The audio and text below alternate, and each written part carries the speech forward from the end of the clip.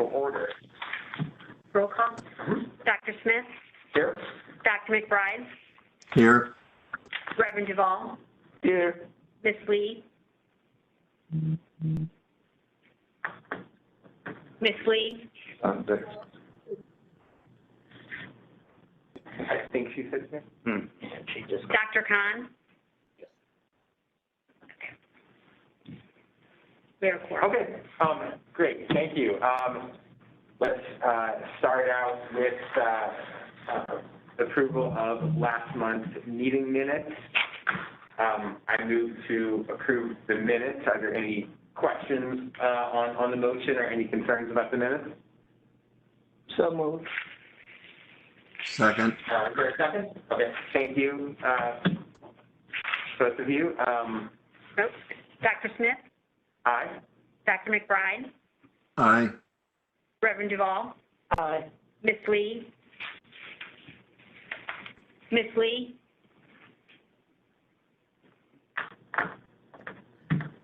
It looks like she might be on mute.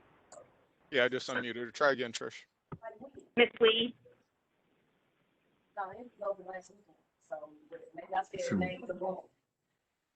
I hear an aye.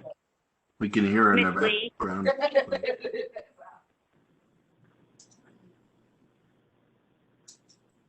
She may have stepped away. Ms. Lee? I don't think our vote. We can come back. Yeah. Okay, Dr. Khan? Aye.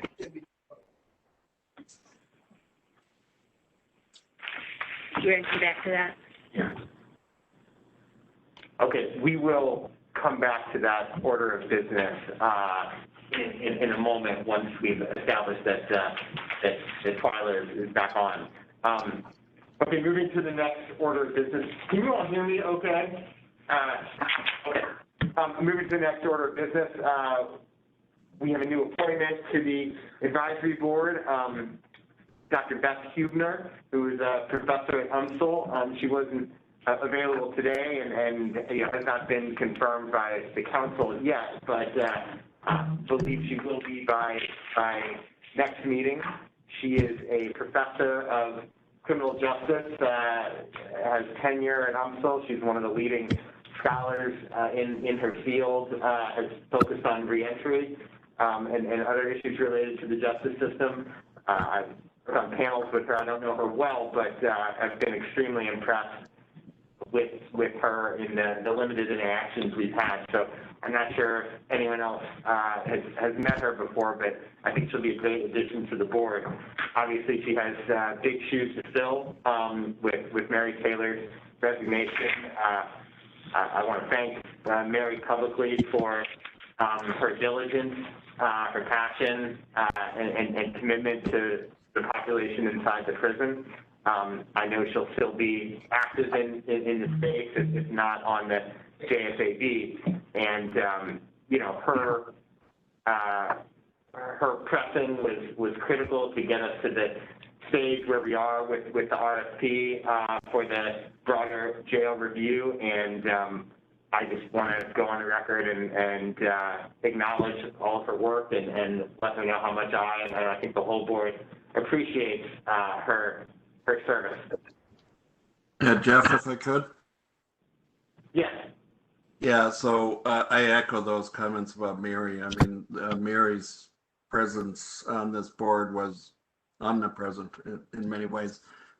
We couldn't have done, you know, I think, frankly, we've done a ton of work in the last couple of years. We've made a lot of progress. We still have a lot of ways to go, but without her presence in the jail, in her knowledge, I learned so much from her, and her passion and wisdom. You know, I don't think we would have gotten to where we are. So I just have a feeling we'll continue to hear from her, and we'll get input from her. But, you know, so I thank her publicly for everything she's done. And Beth Huebner, you know, she's going to be a great addition to the board. I know her. I used to be at UMSL for 12 years. In fact, I was the associate dean at the in arts and sciences. So and that included the Department of Criminology and Criminal Justice, which is, as you may know, one of the best in the country, one of the top 5 in the country. And Beth is one of their star faculty. And she's already interacted with the board on reentry issues, and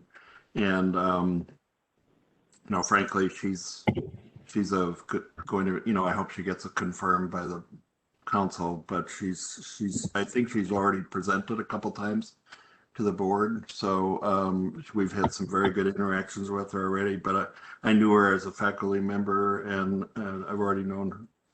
We've known her from our interactions, so I think she'll be a great service to the community. So.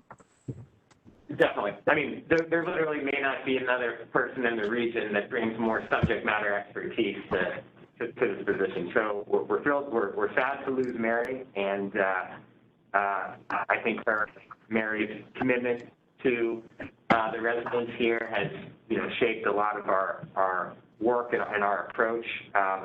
And I think, Beth brings a little different perspective, but will be a very valuable addition. So,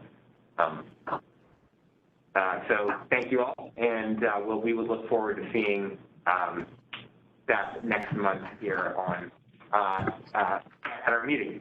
All right, next item of business is a brief update on the RFP process.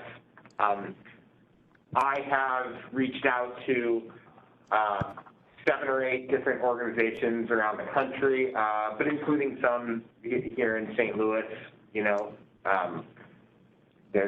For example, there's a partner at Brian Cave that has extensive experience in law enforcement and has done similar types of investigations. And so I've reached out to him, but I've also reached out to organizations in Texas, in Washington, D.C., New York, around the country, some of which are reflected on the sheet that Doug will talk about in a minute. Doug, do you want to talk a little bit about some of the formal outreach from procurement, and also talk about kind of the timetable? Sure. The number of groups that were sent invitations to bid on this was 44, and I believe Penny Martin sent a list to the board members of each group, and it ranged, like Jeff was saying, from local groups to the Arnold Foundation to the Vera Institute, Columbia University, many others. We have had some responses already, and at the responses have asked several questions. Some were legal, and I know of one person before the bid and one since then have requested an extension because we were looking at 2 weeks from now. Some of the questions were legal, so we're going to honor the requests for an extension by 3 weeks. And then in 3 weeks from now, we should be able to move to the next step.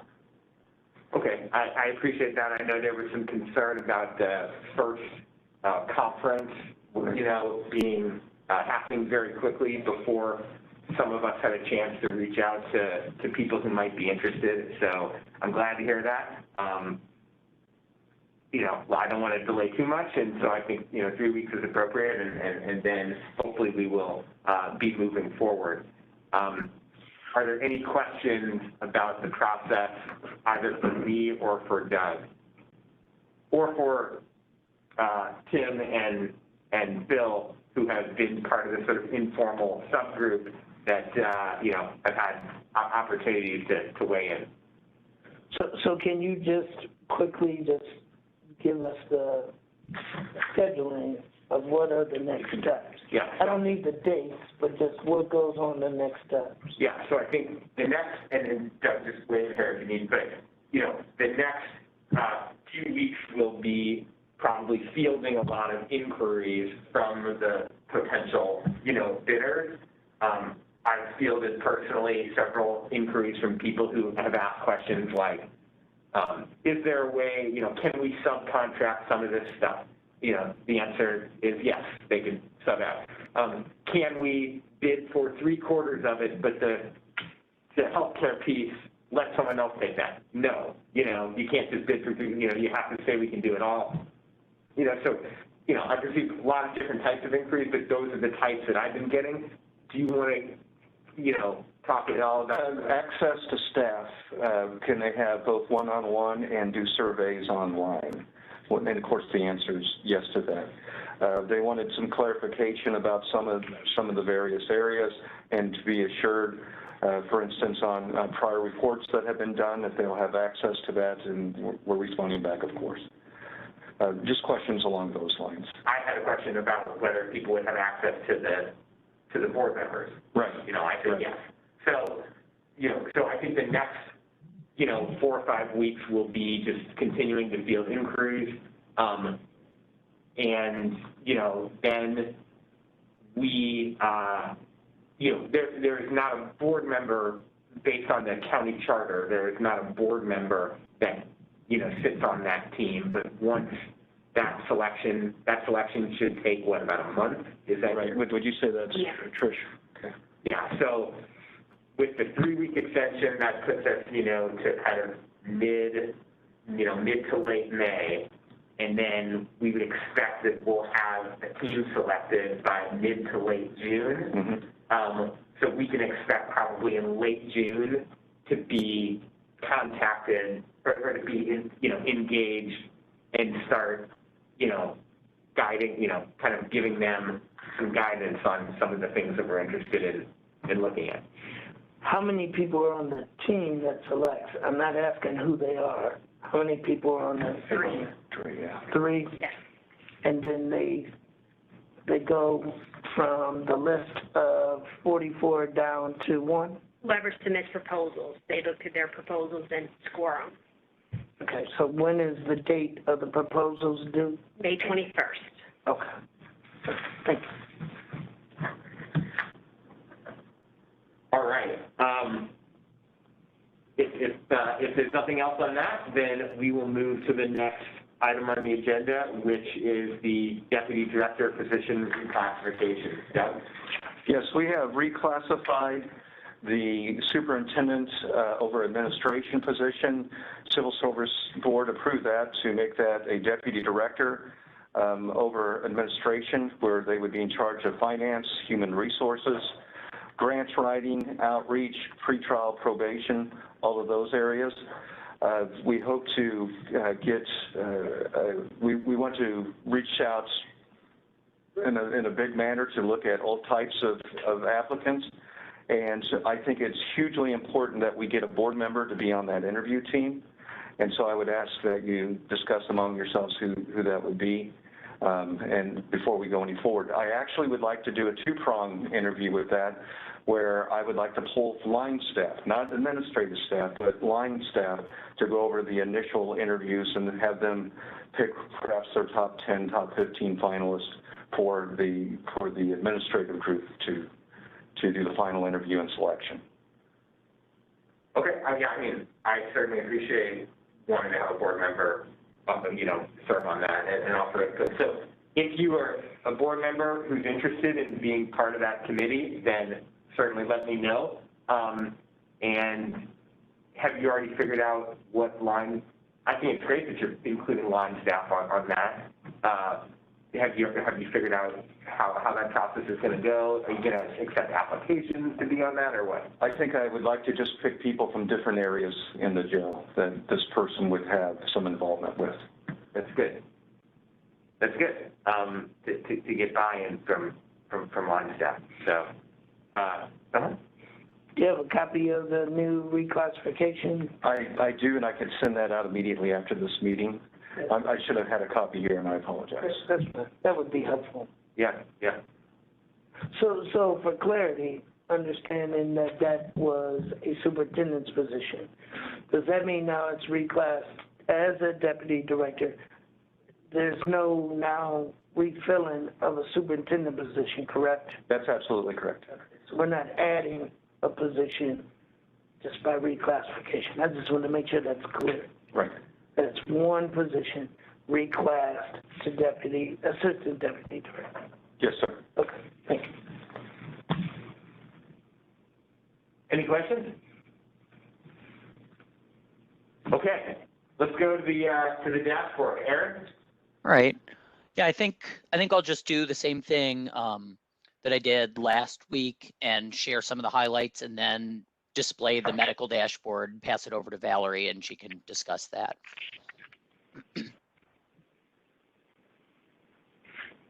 All right, there we go. Aaron, I made you a presenter. Yeah, thank you. Does that work? I think it's public now. Yes. All right, so most of the metrics on the main dashboard here probably don't need a separate mention in today's presentation, but I did want to talk a little bit about the population and the bookings. As you can see on the bookings by month window, excuse me, as you can see on the bookings by month window, the number of bookings really went up a lot in March as compared to February. In February, we had 799, and in March, we had 1043. That's one of the main drivers in the fact that the overall population went up in that period. Unfortunately, in April, so about 11 days ago, we did hit a local high of 1019. Hopefully, in the last 11 days, it looks like that's actually started to tail downward a little bit and level off. But from February through March through the first half of April, there was a substantial increase in the population, and hopefully, in the last 11 days, hopefully, are maybe a little bit indicative of a turnaround. But the rapid increase in bookings is probably a main contributor to that. Hey, Aaron. Yes. If you look back at, obviously 2019 is not going to be a great gauge because in the same period was the sort of onset of COVID and people kind of locking down. But do we have information from 2017, 2018, 2019 to see if this is a typical seasonal spike when it warms up and more people are outside and crime tends to go up a little bit, or is there something unique? I don't know specifically, but I do have that data, so I can look into it. I would be happy to send something out afterward. We can look at 2019 in March and April was before COVID. So, if you look at March and April of 2019, it looks like there wasn't a rapid increase, but at the same time, in 2019, we were also right smack dab in the middle of, pretty intense efforts to reduce the jail population too. So I think that's a relatively complex disentangling of factors. But I would be happy to. I don't have 2016, 17, 18 on this dashboard, but I do have the data, and I'd be happy to look at it and kind of do a test for seasonality, so to speak. Aaron, that would be helpful. Or Jeff, or could I interject Sure. while we're on this? And Aaron, thanks again for all the hard work on this dashboard. It's great. I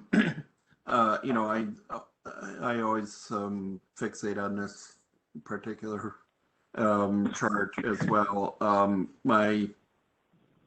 of my questions is, what's the capacity of the jail? Mid 1200s, low Right. 1200s. I That's think. correct. Yeah. It's mid-12s, right? Mid 12s.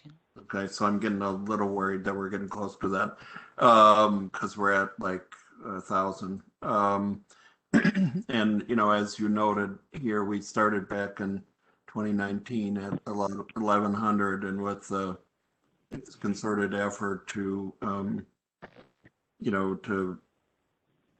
sorry, I'm losing the word, to try to depopulate the jail with people that didn't need to be there. We got that down right before COVID, and I know a lot of the increase, from previous conversations is because of the slowdown and in what's going on in the courts. Yeah. So, and it's probably not crime, but it could be partly that. So, you can speak to that if you want. But I just wanted to ask Director Burris or others if they wanted to weigh in about what concerns we're starting to have about capacity constraints. With Dr. McBride, we have some serious concerns, frankly. The year to date, we have gone up slightly more than 40% from where we were last year. Yet we have almost the identical number of staff that we had with a 40% less population in the jail. It's really causing quite a strain with the employees. We have forced overtime. We did have a mass hiring event that was publicized. It took place over 2 days where everyone was able to get through their testing and everything in one day. We had that on a Saturday as well as a day of the week. Out of that, we got 7 applicants that I believe we're going to be offering positions to. A lot of others had issues that we could not offer, so it was disappointing. Reverend Duvall came up with a great idea about a potential recruiter that we're going to explore. The thing is, at some point, I think we must, at some point in the immediate future, we must look at compensation for these positions as well. The jail, the county jail went 8 years without a raise. I think that's right, and there are others that are offering more money. You mentioned St. Charles like a month or 2 ago when we covered that. Right. What do they offer? St. Charles offers roughly $2,000 to $3,000 more than us. The jail in St. Clair offers about $5,000 more a year starting than us. We're having private organizations that are recruiting our staff because they're so well trained and dedicated and hardworking. They're heroic, frankly, with the workload that they have right now to continue to come in with the shortages and this increase in population. We do pay more currently than the city jail, but there is a proposal from the board that took a look at the issues at the city jail to raise the salaries there to, it would be about $3,000 more a year than what we're paying our staff to. So this is something that I'm going to prioritize in the coming weeks about seeing what we could possibly do on that. The staff here deserve it. They work diligently, they do an incredible job, and we must take care of them. We don't want to have situations where we become the lowest paying jail in the area where we have serious problems, more serious problems, and we really have to address this quickly.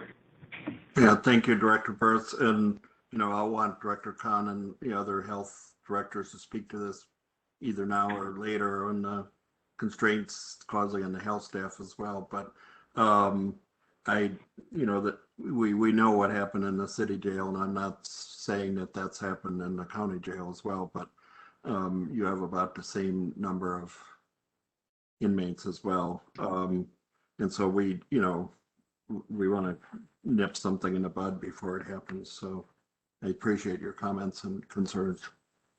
And I think it should be voiced that this is a concern.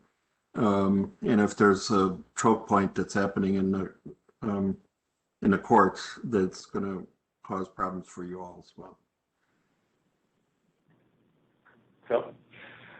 So, Aaron, I want to go back to something that Jeff asked, and I'm not trying to add more to the workload, but I think it is germane also to what Tim's comments and the director's comments are. Is it possible that you could look at St. Louis, our partners to the east, and look at if there's an increase during the same time period?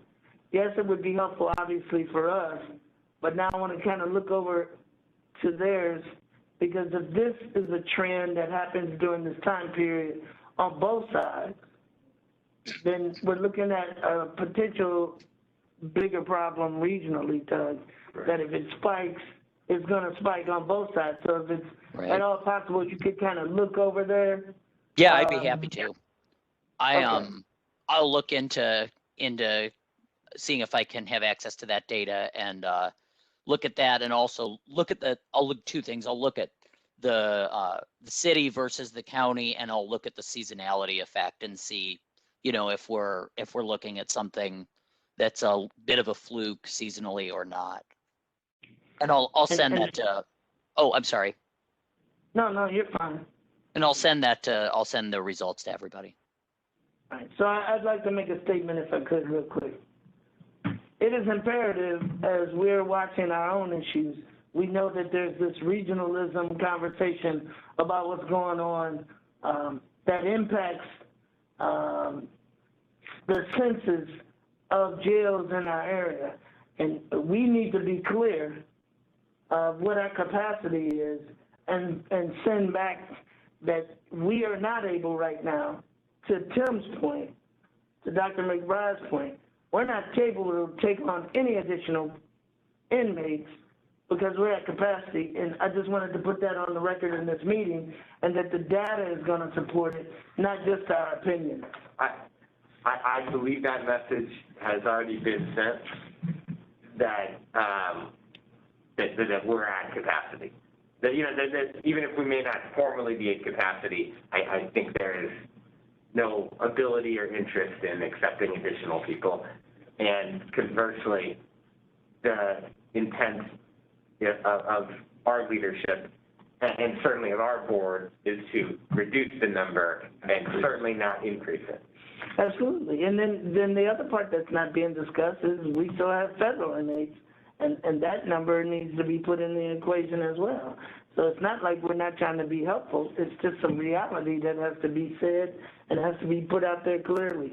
So I'm just kind of giving the signals as to why, because the math is what it is, and we need to be clear that we're here to be partners, but there's some realistic numbers that, and you guys know what I'm saying. Yeah, I think Sure. we're all.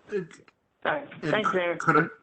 Could I add to what Reverend DeWall said, and to what Director Burris mentioned? I fixate on being a numbers guy on the chart of capacity and 1,200 seats in the jail, but he reminded me that capacity means number of officers, and it probably also means number of health personnel.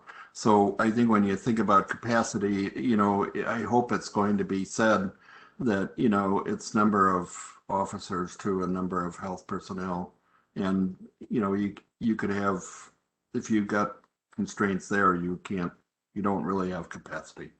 So I hope that's being constrained, and being said as well. Yeah, one other thing I'd like to mention with respect to what the Reverend just said is that the count of federal inmates on a month-to-month basis has been pretty consistent. I mean, it's fluctuated by a few dozen here and there, but it's been in the 90 to 130 range, pretty constantly since it's 2.5 years ago.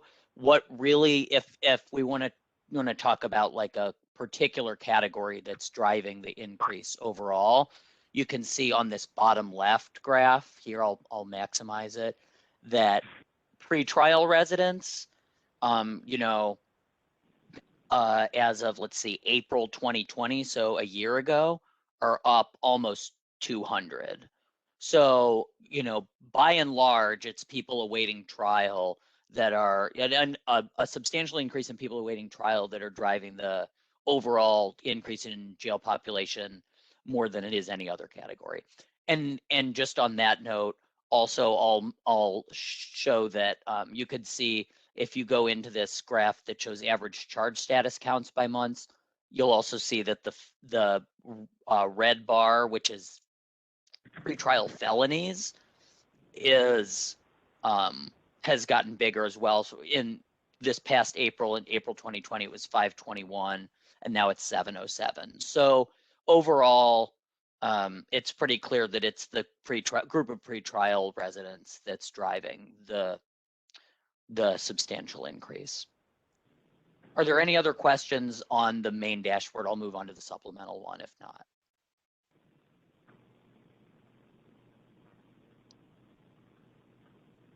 All right, on the supplemental dashboard, excuse me, just noting that the overall use of force incidents in the jail was at a low per 1,000 residents in March. It's been pretty low in general for the last 6 months, but it hit just 10.3 per 1,000 in March.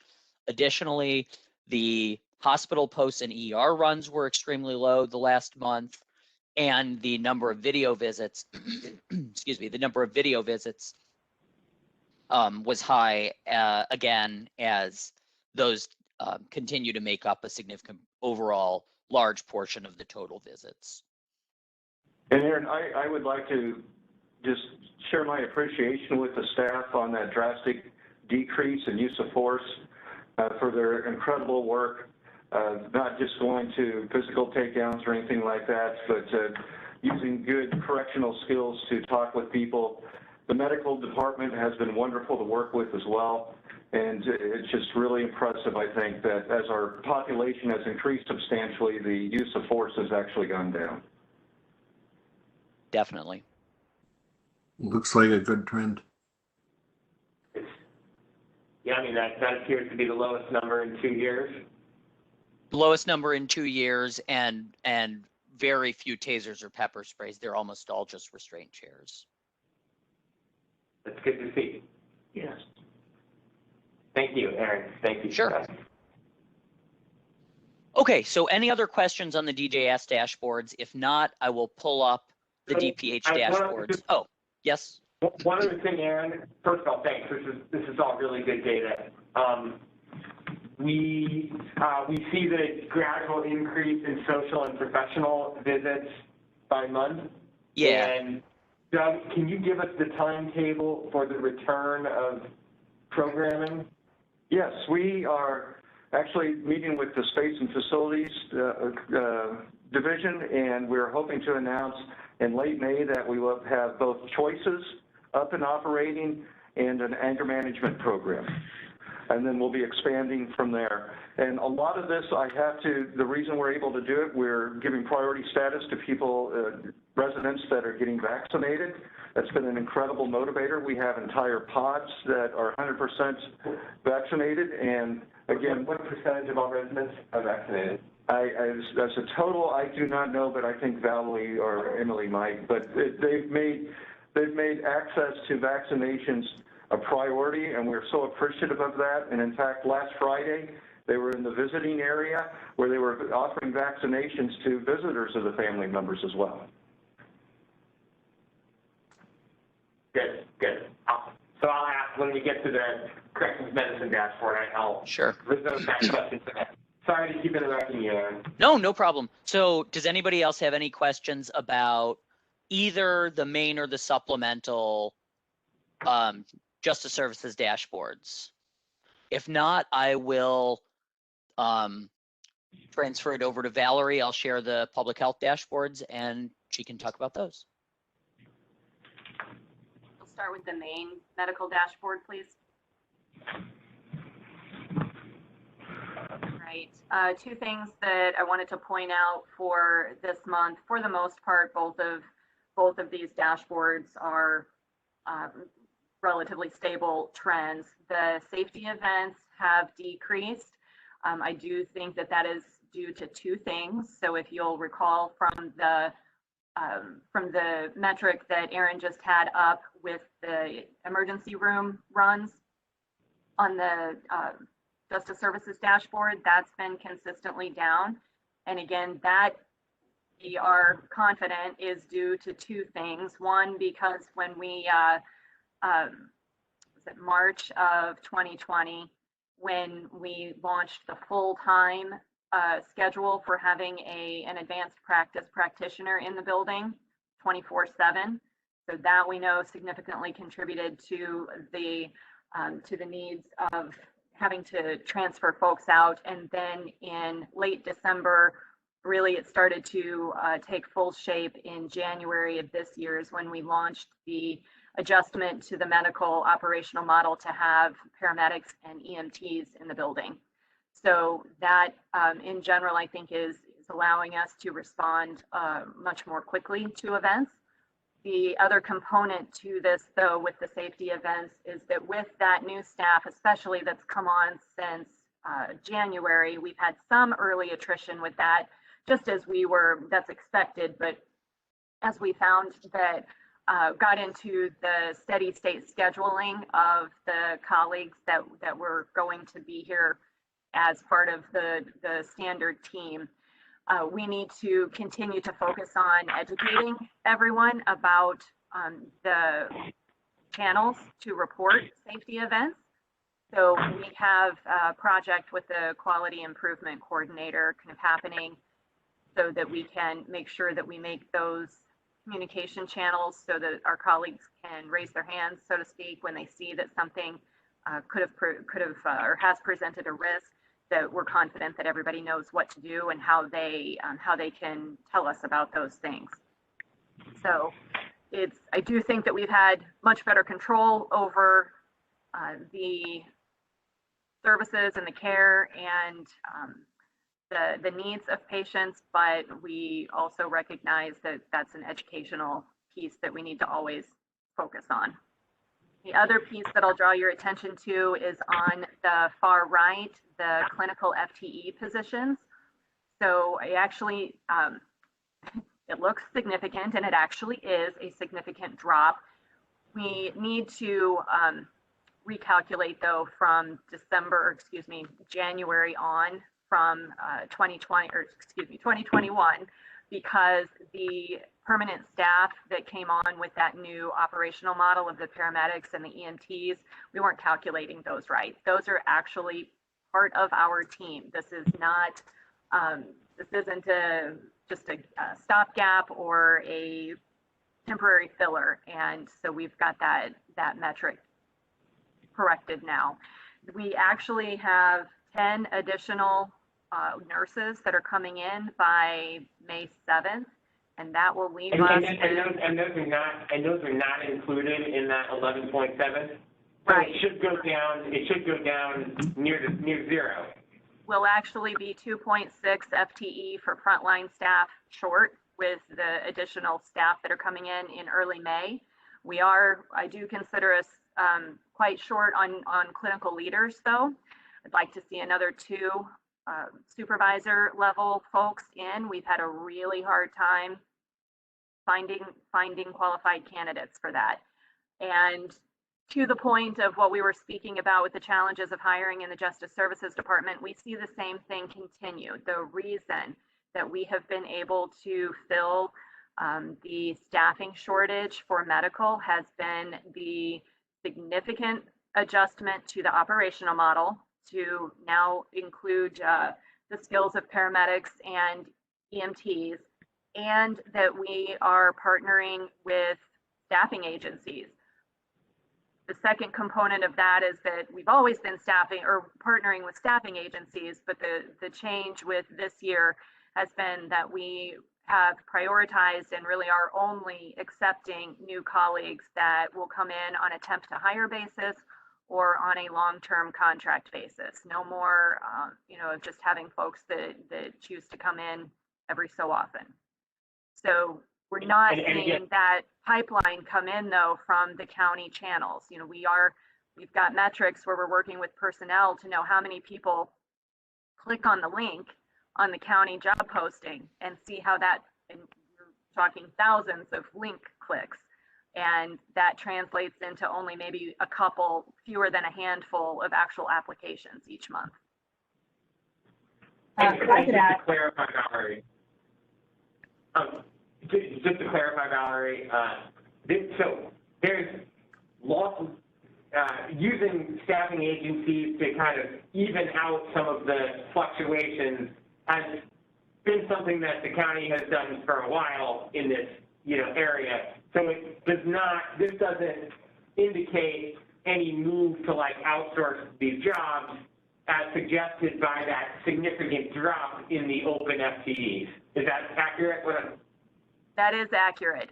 It's that we took a different strategy with those staffing partners now, meaning that we're asking more of them, not to just send us someone that may come in and out sporadically, but that we are only accepting from them candidates that meet a very specific description of characteristics and that commit to one of those 2 partnerships, temp to hire or coming on for at least a 3-month assignment. Okay, thank you for clarifying that. Yeah, and I will add for the board's perspective as well. Certainly, we have looked at many alternate staffing models in acknowledgement of, you know, we need qualified people in the building to take care of our patients, period. And that's been our #1 priority. I do think it's also important to recognize, though, that the use of that agency model is expensive and has driven up the corrections medicine budget significantly. And we've made that commitment because of the need for quality care. But it is certainly, there are pros and cons to the models, and not being able to hire does present other challenges. So. If I could just add, Okay, if I could just add some context in terms of the broader understanding of just how stressful, time-sensitive, and urgent these positions are. They traditionally have had a high turnover rate, as most of you know. These are not easy positions by any stretch of the imagination. They are intense. They require hard work, commitment to show up for the shifts, and have a high burnout rate. And so even with increased compensation, back to Doug's earlier point, they absolutely deserve that. But even so, it's not for everyone. And so the pool of candidates out of which we get good candidates that last a long time is a very limited one. At the same time, the legislative body that deliberates and processes our RFP requests, for example, to procure temp services, to supplement our jail staffing, or to hire a full-time medical director for the jail, doesn't fully understand always the urgency of this process. And so just last week, I had to go over this entire story again to explain to them exactly why it is we require the presence of that temp agency to supplement and bolster our workforce, because we don't have any other choice. One other ancillary point that I think it is important to make here is that the complexity of the services we provide within that setting is only going to increase, not decrease. And so that's something we have to keep an eye on. The skill set required of our staff will have to diversify and increase substantially over the next 5 years. Thank you. Thank you Jeff, for that, Dr. Khan. Yeah, is that Tim?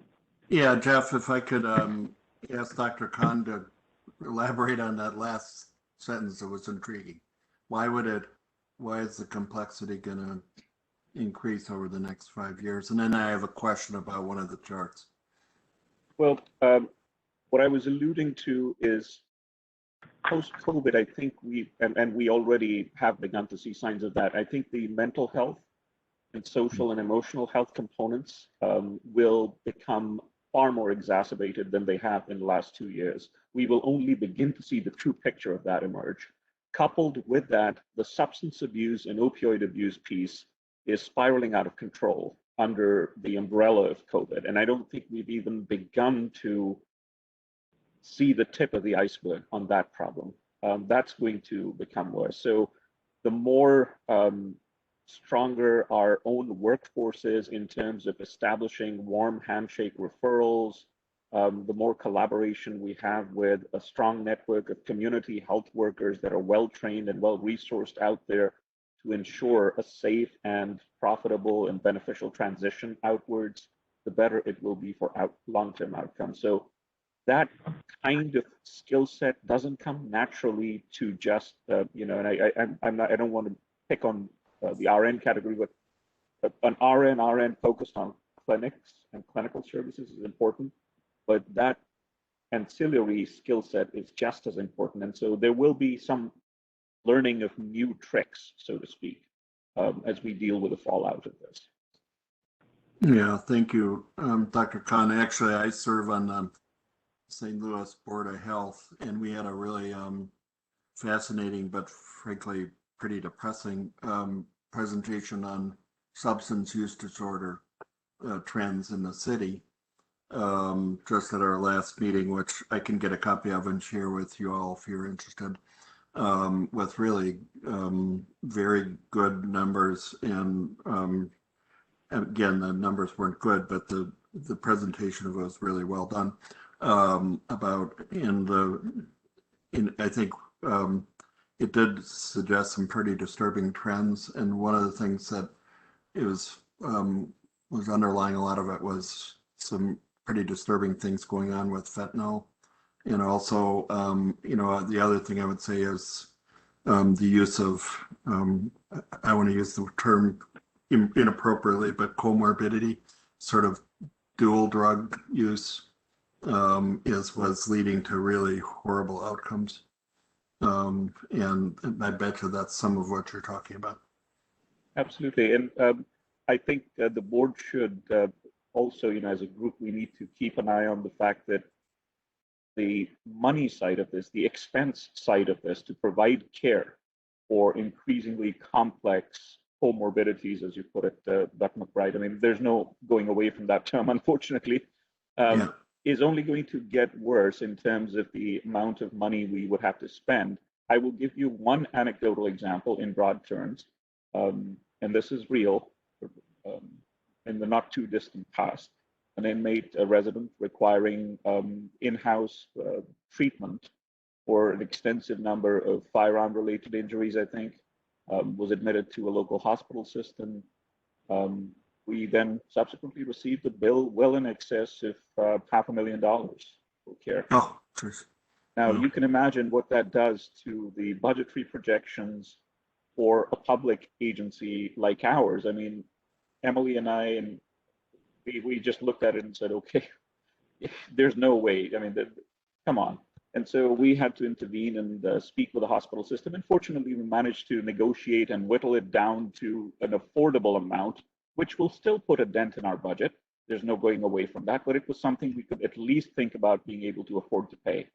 That's an example for you. Now, this was firearm related, but the comorbidity piece, diabetes, cardiovascular disease, substance abuse, mental health issues put together will only drive up cost of care. So that's something to keep in mind. So, Jeff, interrupt at any point if I'm taking too much time, but this kind of dovetails into a question I had about the dashboard. There was, if I could go back to Valerie and ask about one chart, percentage of persons with medical visit, clinical infirmary, second chart there. I see some pretty marked increases over 3 months in medical visits. Can you talk about that? A lot of that is due to the increased census in the facility. Okay. So those are actual numbers, not per capita, but it's okay. So those are, and I don't see the infirmary visits going up, but it looks like outside medical visits. Is that what it is? For the outside visits, those have certainly gone up, although still a small percentage overall. But as we have had patients that have long-term and significant health needs that do require that specialty care. Okay, thank you. But Tim, I think that the trend you're seeing here is for clinic visits, and so that really represents the more like outpatient, acute as well as chronic care delivery. So seeing that trend go up isn't always a bad thing, right? That can represent all kinds of preventative and chronic care delivery that we want to see and we want to be providing. Okay, got it. Thanks. So, hey, I know we don't have a chart for this, but this could be a question for any of the medical professionals. You mentioned, Dr. Khan, you referenced, fentanyl, and I'm wondering, is there any trend in the, people coming in during intake and they're, positive testing for fentanyl? Is it just continuing to be plateaued at a pretty high level? Are we seeing it go down? Are we seeing it even going up? Do we have any sense of that? Emily, Valerie, help me out here, but I haven't seen that kind of data. So as everyone comes in to the booking process to be admitted, we encourage a urine drug screen. They can refuse that. Okay. It is frankly something that we have struggled with during my tenure of being here to get the data documented in a way that we can then get the insights out at the end of that. And so we speak mostly anecdotally. I think that we have seen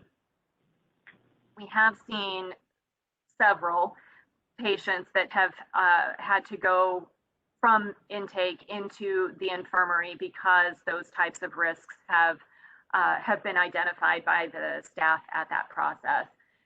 And so I think that that's, again, anecdotally, we know that what Darby and I end up looking at on a regular basis, if there are patients that present with some odd type of characteristics or needs, then we start to ask those questions. But it's something that we definitely need to figure out how to document better so that we can get those insights that we need. So there was no question, Tim, that or Jeff, that in 2019 and early 2020 we had that really exponential increase in all substance use, certainly methamphetamines and fentanyl and other opioids. So that certainly was a clear trend. The granularity about how that trend has changed in the more recent history, more recent past, is something that we don't have great data on yet. But certainly that problem hasn't decreased, and if anything, has increased.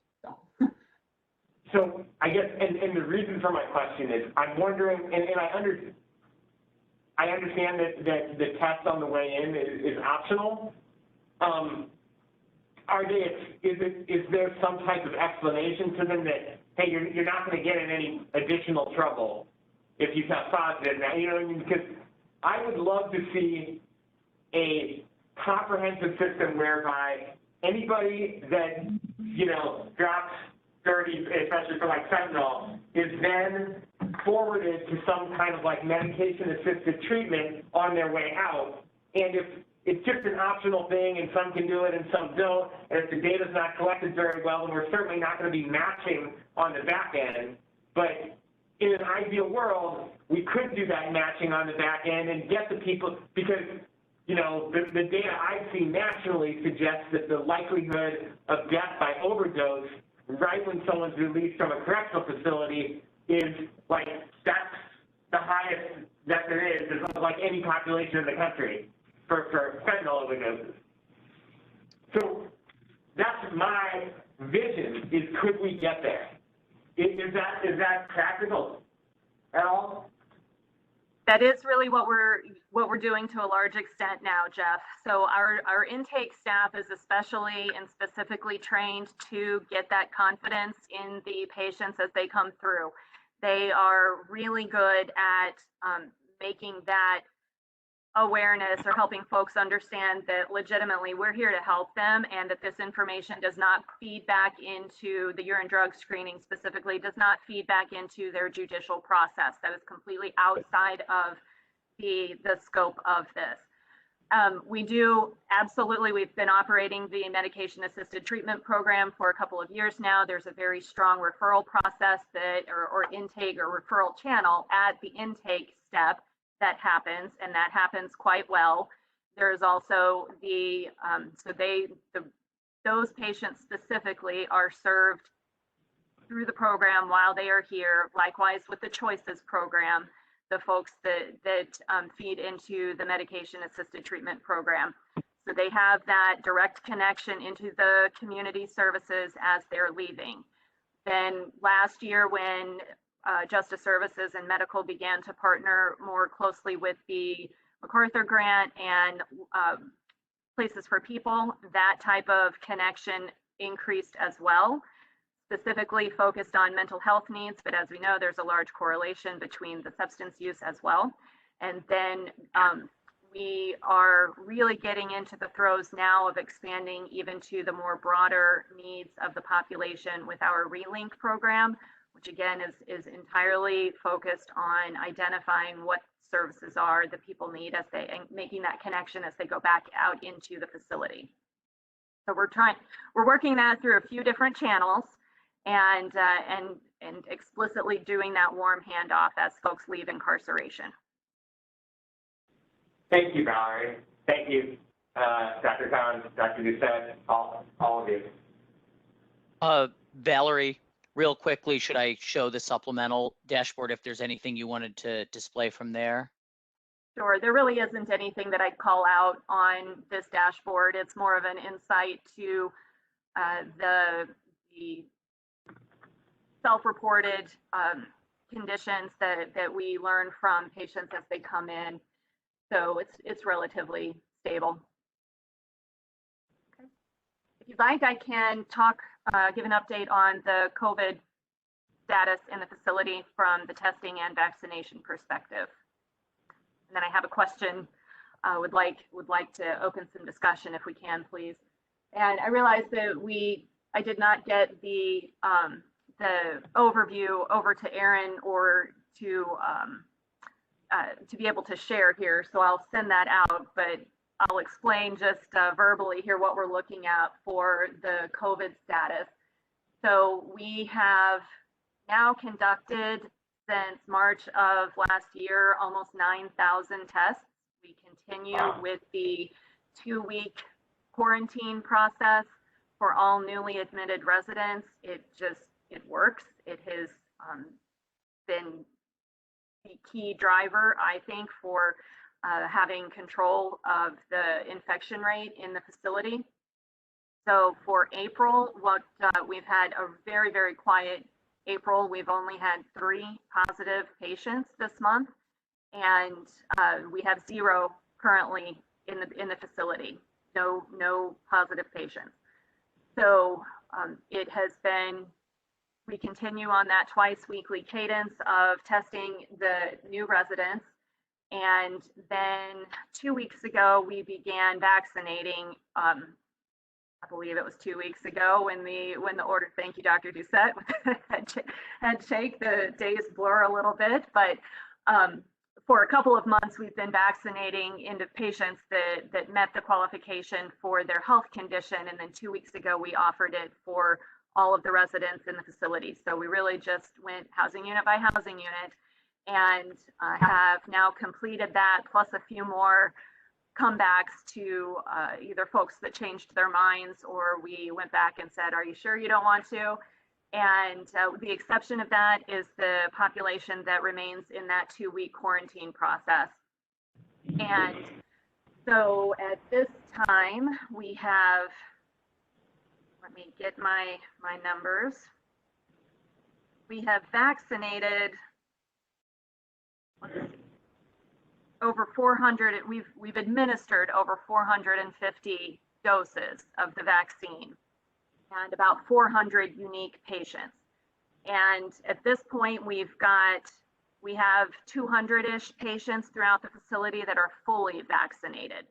By mid-May, we will have probably another 100 that will have been fully vaccinated, because we've had quite a bit of uptake from the facility as we opened it up to full offering. So I'm still finishing around how many housing units that we have that are fully vaccinated. We know that last week we achieved the first one that we saw that we can confirm was fully vaccinated. And this is just a manual. It takes updating in 2 different systems, plus some manual documentation, which is why we don't have that I don't have that at my fingertips now. But we anecdotally, again, while we're on the housing unit floors, we see a lot of questions, and the team has been really good at being able to talk to folks about that and answer their questions and help them feel better about it. A lot also of what we see very visibly is that we may walk into a housing unit where we didn't previously have folks that have raised their hands and asked for the vaccine, and then maybe 3, maybe 5 people will want it when we arrive, and a lot of other folks are kind of standing back to the side and saying, no thank you, no thank you. And then by the time the first group is finished with their monitoring time and they're ready to go back about their business, then we have the influx of the other folks that come on over and say, yeah, they feel more comfortable now that they've seen some of their peers, be able to be vaccinated and not visibly have any reaction. So I think that's a really powerful messenger, right? Of the more that we can be present in the facility and make those connections, then it's just going to spread more organically. And as Doug said, last week we also stood up a pop-up clinic, if you will, in the bonding area for to offer vaccine as visitors come in to see the residents.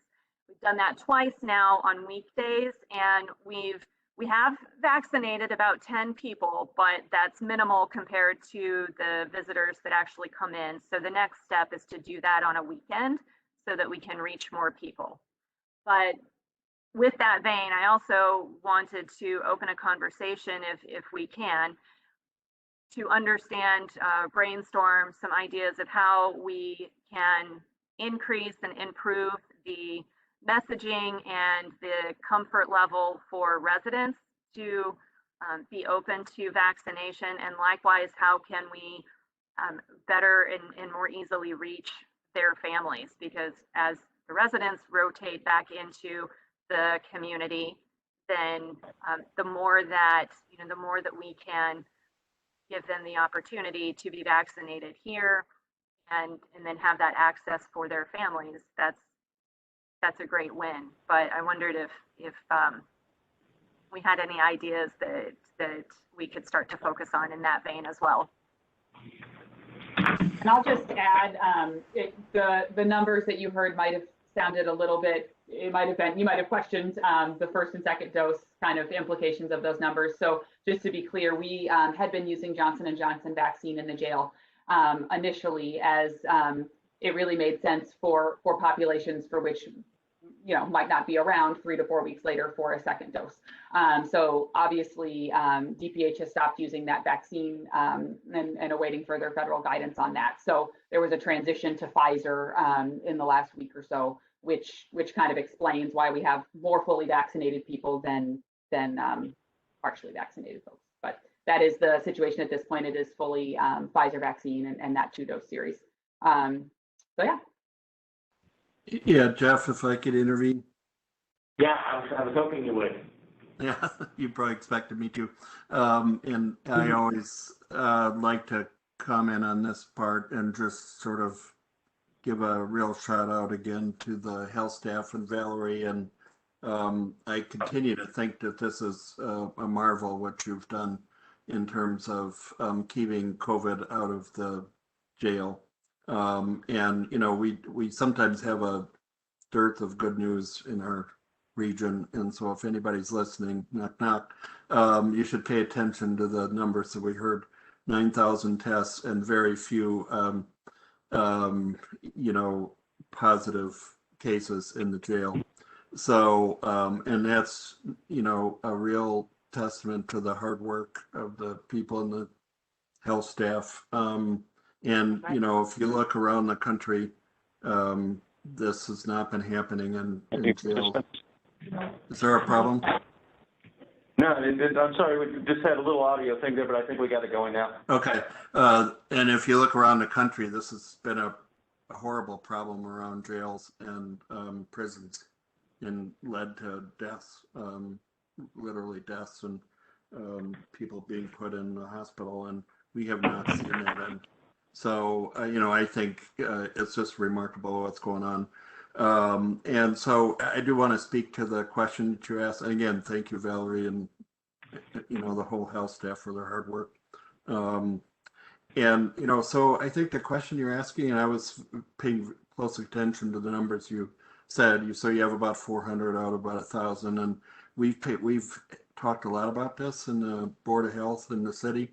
Because there's been a lot of questions about vaccine uptake, and early on, a lot of the concerns were about would there be enough uptake among African Americans because of the historic trust issues around Tuskegee and not trusting the healthcare system, and I think that's part of the message. But frankly, I think the bigger problem has been access to vaccines, and there wasn't enough access in the right places, as you've probably read a lot of.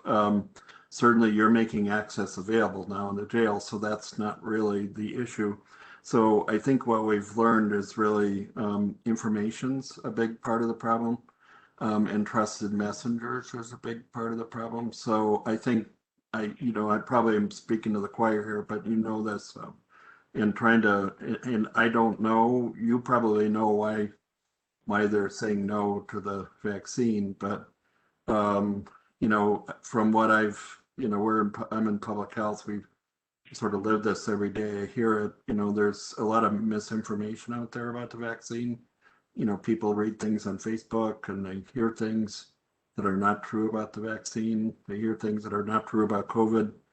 And so I think getting over that hurdle, and frankly, the messengers that need to deliver this message is probably not me. Probably not, maybe not Director Burris, but maybe somebody who they would trust, who's somebody, who's like them, who would basically say, oh yeah, I had it, it's okay. There may be, I don't know what they're afraid of, the needle or the side effects or the, that they might get sick. I've heard even worse stories about conspiracies, just getting over conspiracies. So those are some thoughts that I have. I want to preface it with a couple of questions and then give some feedback. What has been, if any, the incentive that's been given to the residents to take the shot? We've worked with Valerie on this, and I think we've done a pretty good job that on all programming, that you have to be vaccinated to participate in the programming, and frankly, the instructors for the program prefer that. If you want a volunteer work assignment, you must have that, and that's where we have the 100% pod that's been vaccinated. Isn't that correct, Valerie? And then, right. And then oh, go ahead, Doug. Just super quickly, we started a culinary arts program finally this week, and all of the participants of that program are 100% vaccinated as well. As we continue to bring forth more programming, I think we'll have higher rates. Okay. Right, and the other piece of it is that that the daily activities can change completely for the fully vaccinated folks with much less risk than for the residents that are not yet vaccinated. So that's why we're putting together the specific views so that we can tell within each housing unit what percentage and exactly which residents are fully vaccinated and at what times, and we can expand the movement schedules and the other opportunities there. What is the percentage of correctional staff that are vaccinated? I'm afraid I don't have that. Certainly from the health department perspective, we have really focused on the patients. I don't know that we have, I can speak anecdotally from just because I've been that conduit for our staff to get their appointments as we go through as we've proceeded through the last several months. And it feels like there anecdotally has been quite a volume of both of our staffs that have sought appointments, but we don't have personnel data on who has been vaccinated or not. Okay, so thank you for the answers. So the caveat, I would suggest, recommend that we identify those residents that have already been vaccinated and identify our staff persons that are on the security side. So you have staffing, correctional officers that interface with our residents and have them work collectively to share the message as to, hey, I got vaccinated, it's a good thing, these are my experiences. But I think it should come from a two-pronged approach in addition to those staff persons that may not have taken it, can be shepherded by their colleagues as well to get this word out, and then let's see if we can massage that approach and see if we can expand those numbers. I think that's a great idea. Yeah. Amen. Amen. Well, thank you. And as my last just plug, I would say that as any conversations do kind of flow through the community, please do champion that this access point does exist for as visitors come in as well. So we've been publicizing that with the residents so that they can tell their families when they come in, but certainly spread the word as available. All right, thank you. Okay. Hey, thanks to the whole corrections medicine team. You guys are doing a fantastic job. Okay, Doug, next item on the agenda, the financial audit update. It started a week ago Monday, and it's expected to take 6 weeks. They've been calling us with additional questions, and so I hope to have an update at the next meeting. Okay. So nothing too substantive yet? No, nothing at all, frankly, just requests for information. Okay. Okay. And you said 6 weeks is how long they told you it should take? They estimated 6 weeks. Correct. Okay. Is it external or internal? It's external. External KMPG. Okay, okay. Okay, great. Phone contract update. Phone contract, the new phone contract is progressing as expected. We hope to have the new phones in sometime next month, and followed by video phones and then the tablets. We're doing education to the residents on that as we get additional information. And this has been like a 3 or 4 year process. According to Patricia, 5 years. 5 years. Wow. Okay. Well, Okay. glad to be at the end of it. I'm sure residents are glad to, finally have easier communication. So, how long will the training take, and who will do the training for residents? We'll do the internal training, and it should take no more than a half an hour. Okay. Great. And again, I know you said the negotiation of fees was that you feel like you got a great deal by piggybacking off larger contracts that had been signed and getting the same rate. I'd say our fees are among the lowest in the country. Okay, that's great. So families of residents do you have a sense of what kind of costs they would incur? I don't have that exact information. So the phone call rates are 0.049 cents a minute. Less than 5 cents. Yes, and video calls are $2 for 20 minutes, but the big thing is there's no funding fees at all. Right. Before. Yeah. Before it was like a $6 fee to start, and then like $1 a minute, or. No, it was like $6 every time you put money on an account. Oh God, yeah. Okay, funding fees. Okay, in addition to the cost. Okay. Well, this is good to hear. I mean, and less than 5 cents a minute is great. When I was locked up, it was $2 a minute. Oh my God. For the calls, and the wages for full-time work was $5.25 a month. So a month's worth of work got you a 2-minute phone call, assuming that you didn't need to buy any shampoo or deodorant or toothpaste or anything that month. So it's really good to hear that you guys have gotten the rate down, and that's below the FCC. Like the FCC has moved it to, I think, 21 cents for interstate, and that was, widely heralded throughout the kind of reform community. So it's good to see that we're, that we're about 5 cents for a phone and about 10 cents a minute for a video. Well, that's good. Okay, thank you. Reverend Duvall has kind of raised the issue of staffing shortages for a while. Can you talk about what's being done to try to, and we alluded to it when we had the conversation about the head counts, but you said that the job fair got us a little bit, but it didn't get us much. No, it didn't. We have to look at alternatives. There's no doubt. and again, perhaps looking at compensation. The things we're trying to do to make it more manageable and reduce the population is the MacArthur grant continues, and we have weekly calls, Zoom meetings with the courts, the prosecutor, and attorneys to look at people that are marginal to get out and find ways to get the appropriate placement for them. Every call we have every week, we get people out. We're so thankful to have that. We did start the release of the sponsorship bonds last week. Judge Burton sent out the information to the rest of the bench. We have 3 prospective ones that sponsors have said that they would take a look, and we're going to work with their attorneys to see if that's an appropriate way to get them out. Programming, increasing of programming, I know that the judges have been asking for, and as have the residents, more than any other programming, they would like anger management, and we hope to have that started late next month. I think we've mentioned that before.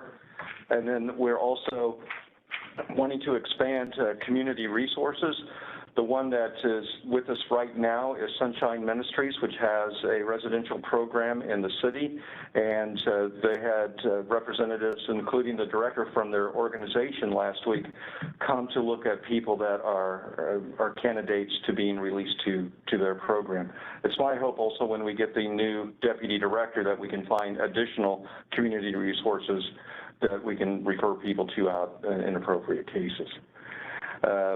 So that's what we're doing to try to lower the population.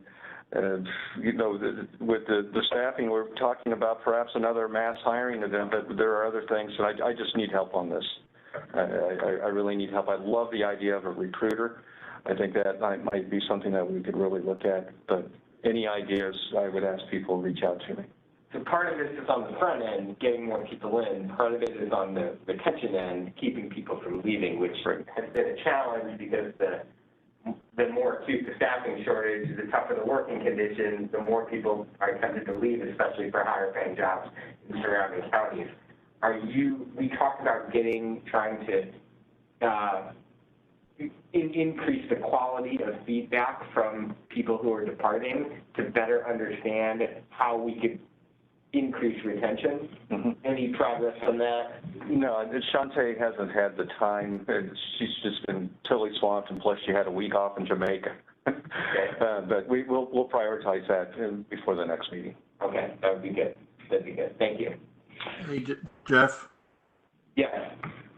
If I could follow up with Director Burris on this, and pardon me if these are naive questions, but and might I make another suggestion for Aaron on his fabulous dashboard? You know, Director Burris, in terms of staffing, what's the ratio of inmates to staff, correctional staff right now? Do you know? I do not know. Okay, and you know, it'd be interesting to sort of track that over time to see how that's going, since we've seen a 40% increase, I think, in number of people in the jail. It'd be interesting to kind of track that over time. And then sort of, you know, just from off the top of your head, what, you know, another thing I heard you say earlier, you've seen increase in overtime hours. Is that correct? Yes. It would be, if it's possible to track that or report that. I don't know if that's. Yes, and I'll get with Aaron, and we can do a presentation on that next week. Yeah, it would be. Meeting, I'm sorry. Yeah, it would be interesting because, you know, what are the repercussions of shortages of staff? I was hearing, you know, I can just imagine being a manager myself that one thing would be stress, one thing would be overtime hours, which, you know, for any of those who happen to be listening, you know, that adds to your budget, you know, so it's penny wise, pound foolish not to be able to hire people at the normal rate because you're going to have to pay overtime at whatever that is, time and a half or whatever. And then if you add stress, you know, that could end up leading to incidents in the jail, which we don't like, which could end up adding to injuries, which you have to pay for as well. So thinking like an economist, it ends up costing you in the long run, which you don't want to have happen. So, you know, is it more sane to actually just hire a person at whatever the regular rate is in order to keep costs down for something else? That's my point. Does that make sense, Director Burris? Absolutely does. Thank you. Yeah, so, Sorry. yeah, so anyways, just sort of thinking about it, you know, there's other ways to thinking about staffing. So sometimes, you know, a council person might be thinking about, oh my gosh, we can't afford another 5 people at 250, you know, 300, 400,000, whatever it is. But, you know, if you don't do it, you might be costing yourself $1 million or whatever it is. So, Right. And I feel like you're hiring as many people as you can to prevent the overtime and the, you know, these kind of short-term fixes. You're just, you know. Needing more qualified candidates, just like corrections medicine. Do we know what is our current amount of COs that we're missing? 40. 40. Or have we, I think the Deputy Director, Mr. Derby, is on. This again is just a general statement, and Jeff. In the corporate world, when in supply and logistics, when we face something very similar, because the demand of the work was so high and we weren't keeping up, it required managers to come in. It required deputy superintendents to fill some of those hours, especially on the weekend. Wasn't popular, but it was needed to give other people some rest, even if it wasn't but 4 hours. I would like you to check all of the staff, including the ones who have retired and have come back in here, and find that working number and put these folks in some kind of rotation to relieve something from the line workers. We're not going to help the morale by working them in the ground while we're at home on the weekend. That's just the reality. It's all hands on deck, and that literally means all hands on deck.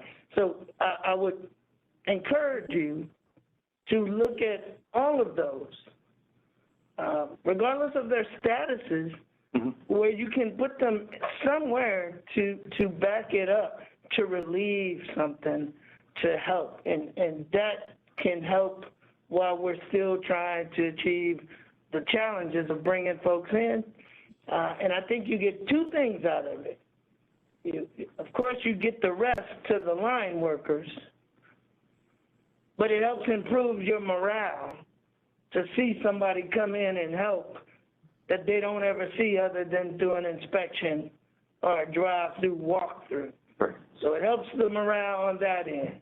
It also might help those who have been in these offices so long to remember what it was like when they were out there, and help them maybe to do a cultural adjustment and attitude. I think it becomes a win-win, but more importantly, it's to relieve some of the time, whether it be 2 hours or 4 hours. We got to think outside the box. So please consider those I think those options. are all really good points. So Doug, we need your 3-day weeks and 4-hour days. Stop. Just kidding. I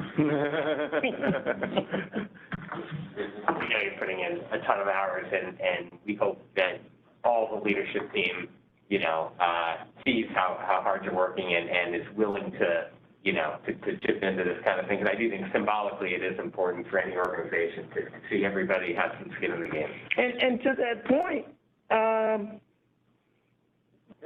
you made me think about something about rotation, even at the upper management level. That you put a schedule to relieve yourself from always answering the phone. Sure, you have to get emergency calls, but someone at this point with the level of experience that I believe is in this jail, they know how to make a decision. They're getting paid to make decisions. There shouldn't be any reason why you can't get away and literally say, hey, you've got the operation, unless it's just, like I said, mission critical. Other than that, they need to learn, and this needs to start from the top down to the bottom. You're getting paid to make decisions, and it encourages those at the bottom to be more responsible and accountable so they don't repeat some of the same behaviors that they're just accustomed to doing.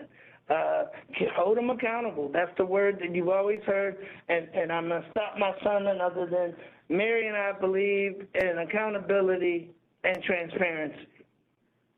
And I don't know why some people get so scared about that.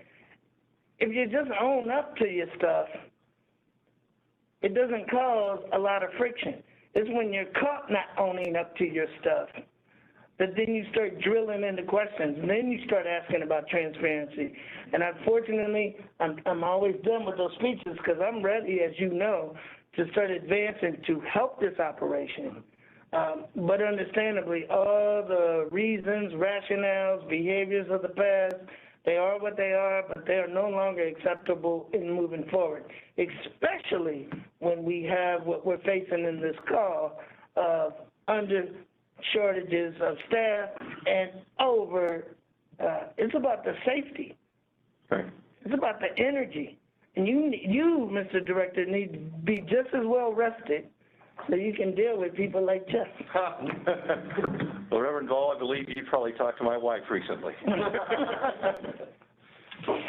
Well, thanks, Jeff. yeah, no, thank you for the comment and the insight. So I think this has been a good kind of global conversation, which covered the next item as well. We've because you've alluded to all the strategies to try to reduce population and increase the